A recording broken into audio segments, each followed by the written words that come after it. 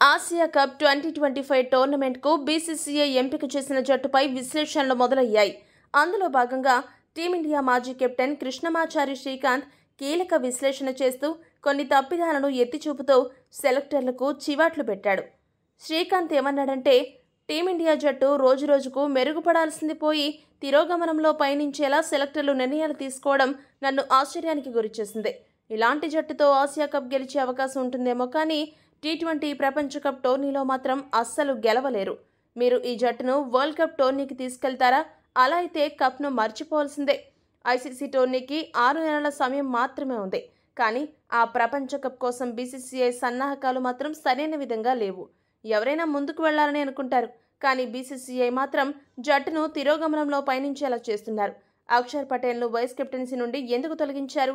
రింకు సింగ్, శివం దూబే, హర్షిత్ రాణాను ఎందుకు ఎంపిక చేశారో తెలియదు. ఐపీఎల్ ప్రదర్శన మాత్రమే జాతీయ జట్టు ఎంపికకు ప్రామాణికమని భావిస్తే మరి వీళ్లను ఎలా సెలెక్ట్ చేశారో సెలెక్టర్లే చెప్పాలి. ఎందుకంటే ఈ ముగ్గురు ఈ ఏడాది ఐపీఎల్లో చండాలంగా ఆడారు. హార్దిక్ పాండ్యా ఉండగా బౌలింగ్ సరిగ్గా చేయని, బ్యాటింగ్ కూడా బాగా ఆడలేక ఇబ్బంది పడుతున్న దూబేను ఎందుకు సెలెక్ట్ చేశారో అర్థం కావడం లేదు. చివరగా ఇంగ్లాండ్తో టీ20 సిరీస్లో దూబే 5 మ్యాచ్ల్లో కలిపి 83 పరుగులు చేయగా రింకు 2 ఇన్నింగ్స్ ఆడి 39 పరుగులు చేశాడు. ఈ దారుణంగా ఆడిన ఇద్దరిని సెలెక్ట్ చేశారు. దూబే బదులు మిడిల్ ఆర్డర్లో అయ్యర్ను సెలెక్ట్ చేసి ఉండాలి. యశస్వి జైస్వాల్ అంతర్జాతీయ క్రికెట్లో ఐపీఎల్లో అదరగొడుతున్నాడు. ఇంతకంటే ఇంకేం చేస్తే అతన్ని జట్టుకు ఎంపిక చేసేవారు? గిల్ కంటే జైస్వాల్ టీ20 క్రికెట్ బాగా ఆడగలడు.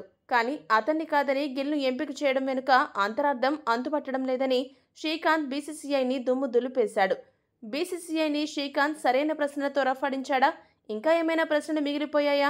మీ అభిప్రాయాన్ని కామెంట్ సెక్షన్లో కామెంట్ చేయండి. మరిన్ని స్పోర్ట్స్ అప్డేట్స్ కోసం మా ఛానల్ను సబ్స్క్రైబ్ చేసుకోండి.